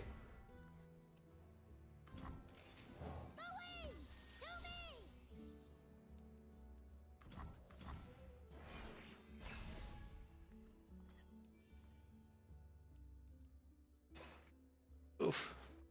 It's too bad the the Riptide Sermon. I guess he doesn't have like a lot of 4 health units in this deck anyways, but we don't have like the real supreme ways to come in and take them down at this point. Maybe the Sermon will be enough to stop Swain.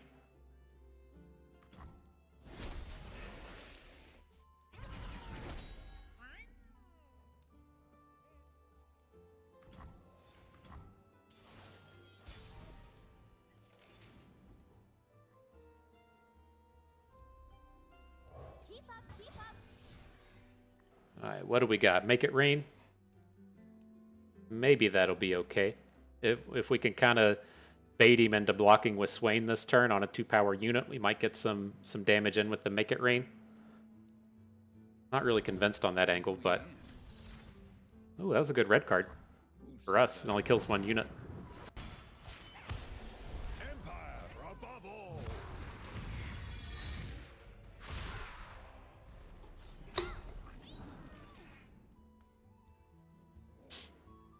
Still pretty far away from the lethals, though.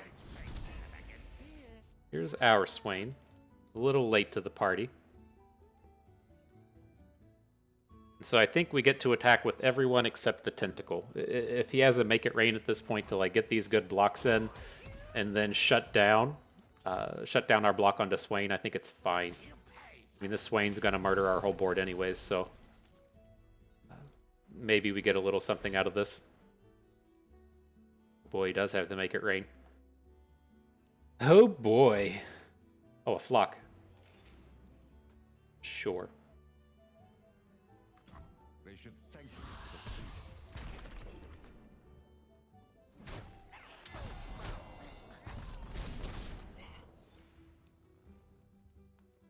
So he's just going to be opening, right? But it's not the biggest and the baddest. Then if he taps out for his Leviathan, our Swain looks pretty good here.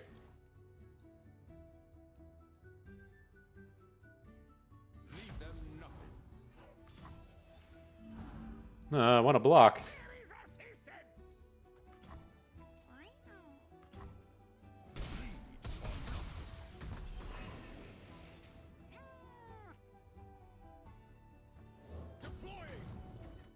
All right, bringing in the Leviathan. This gives us the most options for the next turn, right? We already have Swain in hand, so if we can play our Swain and then Ravenous Flock down his Swain, we have lots of options to get the damage in. We have some potential here with the Make It Rain to potentially, say, spike a Dragon Chow, hit face, and stun a backline unit. Like, we have some options here in what we can do.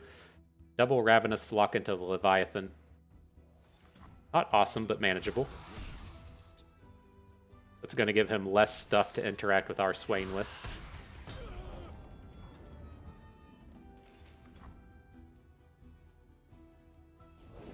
I talk to spirits.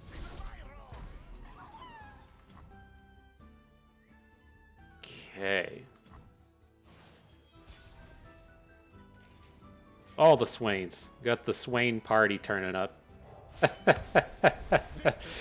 Look out, guys. It's a Swain party. Let's see what he can do. Opponent's more likely to just be like, LOL, it's an Arachnoid Sentry, but we got some options here. If he's in going strong.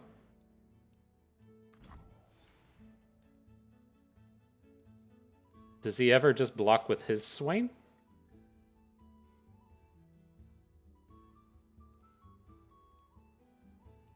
I mean, I doubt it. I would assume he's just going to block with the Arachnoid Sentry, but I think this is the way we still want to go. Then if he puts his Swain in front of ours, we'll just play the Ravenous Flock onto his. Very surprising to see it go this way, though.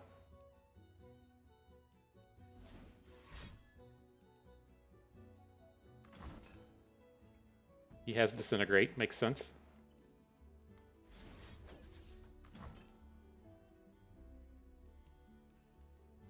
We still get to clear out the rest of his backline, though. Get the Twisted Fate, the Fortune Croaker out. They should thank you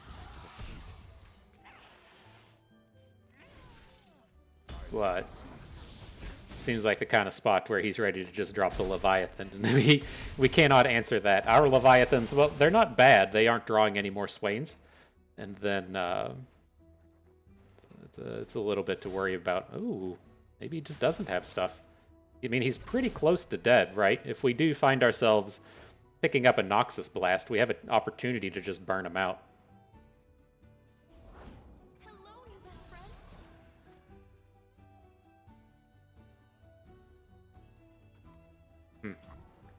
Maybe with this on board, he just opens.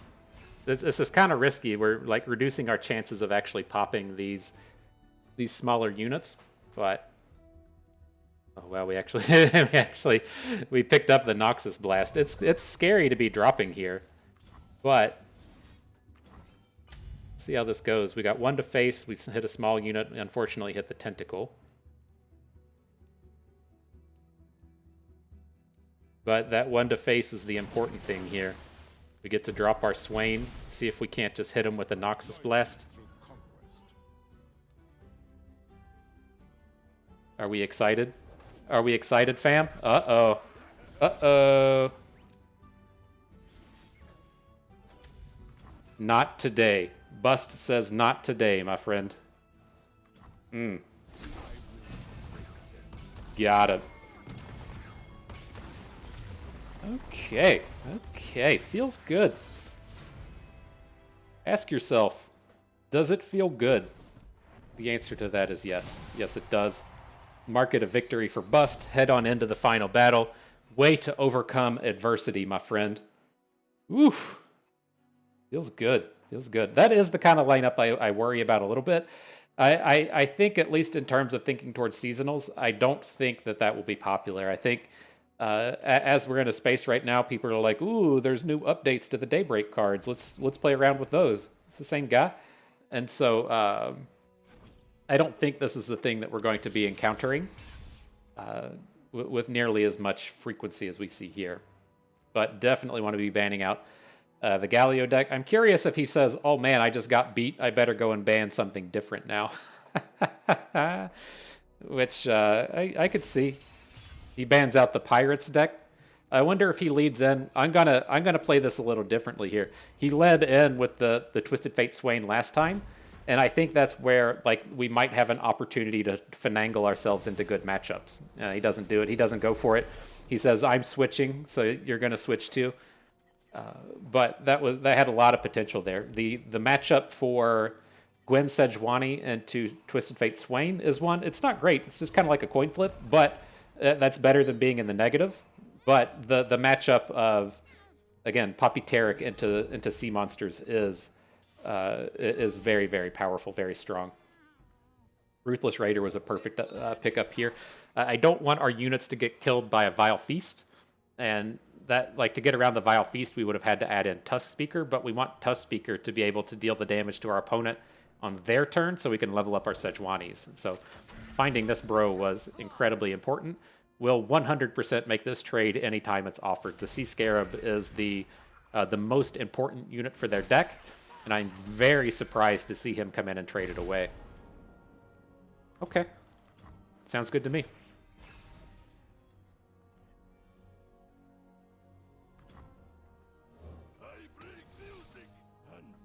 All right, Tusk Speaker on the board. We'll be dropping this Gwen next turn. Not a bad curve.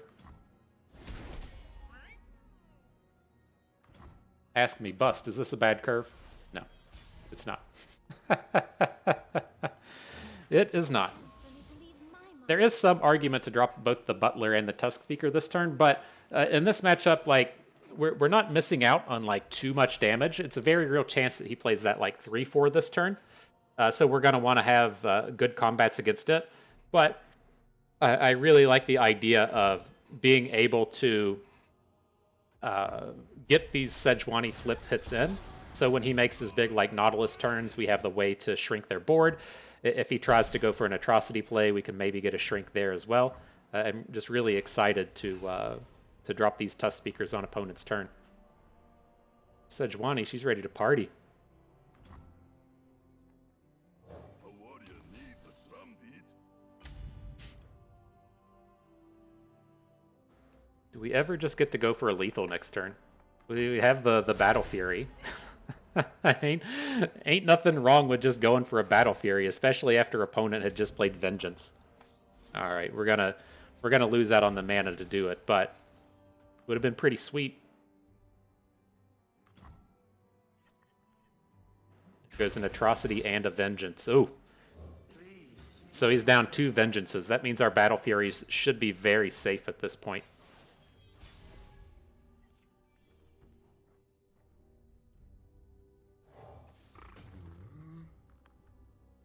All right, I don't think this deck plays the Ruination.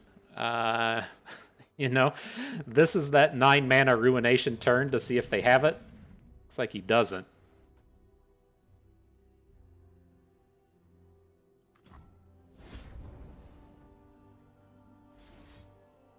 All right, where are we at? We want to give out a +2/+2. I don't feel like this might get hit with an Undergrowth, but it feels like at this point, if he was going to have a Vile Feast, he probably would have already played it. So it will suck if this gets counterspelled. It doesn't.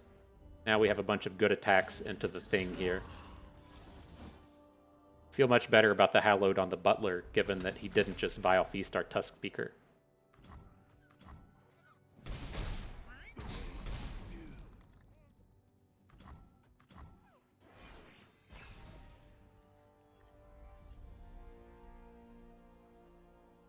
All right, let's get that Sejuani party started. Definitely going to be going for an open attack Battle Fury next turn. So let's see what he plays.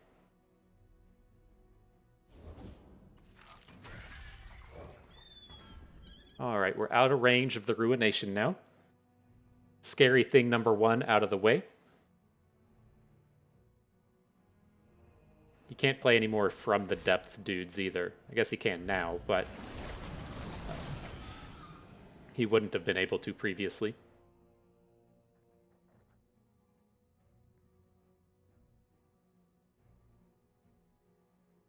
"24 cards in the deck, pretty far away from deep."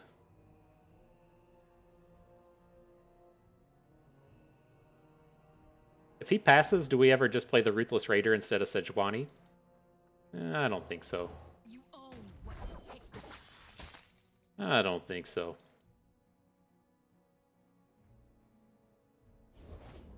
Did have the second Devourer. That's okay.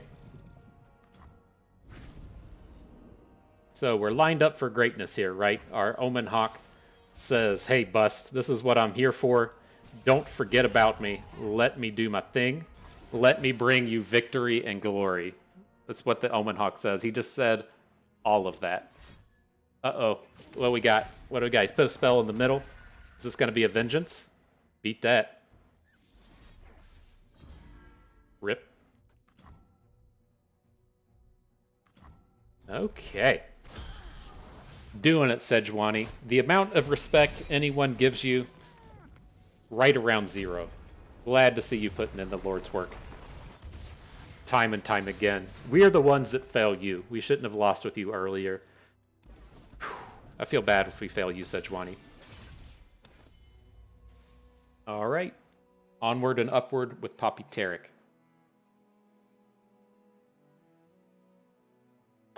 Hydrate. Oh man, I'm out of liquid refreshments now. This is scary. Hopefully we can take down the deep deck here and hydrate afterwards. Okay, let's look for some cheaper plays. The thing we don't want to have happen here is just get like blown up by their Vile Feasts, and so I don't really want to play this Fleet Feather Tracker on the first turn. We're gonna miss out on a couple points of damage this way. But that's okay. And now it does leave us just set up with these Rangers Resolves for the remainder of the year. So, not that bad.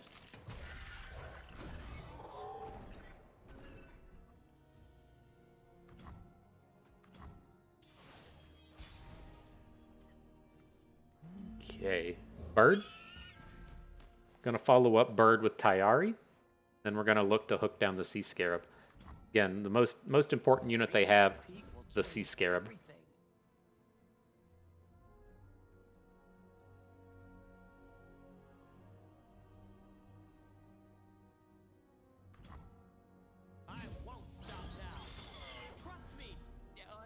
All right. Boomed it.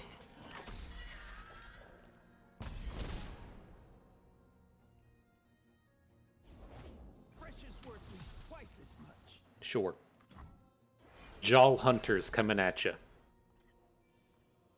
The Sojourners. I dig it. I dig it.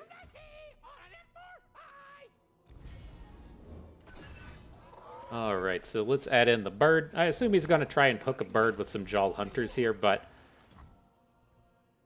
no real getting away from it. I mean, we could have put the Darkened Lodestone onto one of these and then played the Ranger's Resolve this turn, but I think I'm more interested in just having a little bit of protection on our next turn when we have the triple supports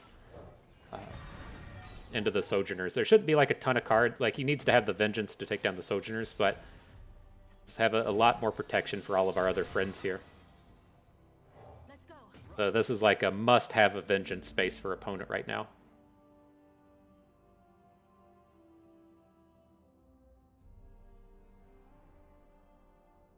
I assume he would have just snapped it off if he had it.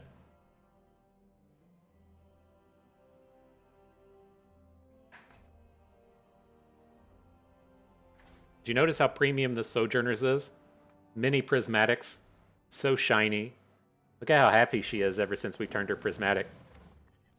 Oof. We lost a Vengeance Atrocity on that one as well. So our bird in this case is going to be a 4/5.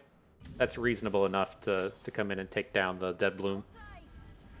Let him put less damage onto the Sojourners. Don't want him to, like, shrink up their health and then pop it with that 4/4, which he's able to do right now, but if we can slap a Lodestone on her or something, she has a little bit more protection.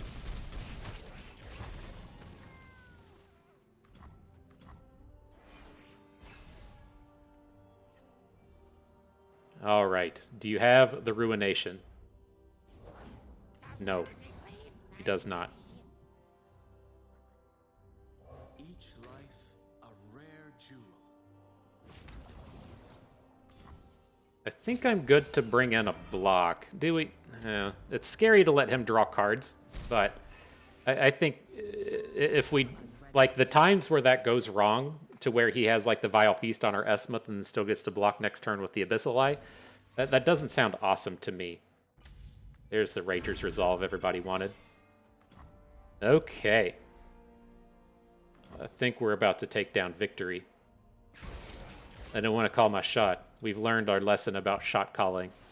But one must admit, this does look like a positive spot to be in. Who's our smallest unit? This Taric?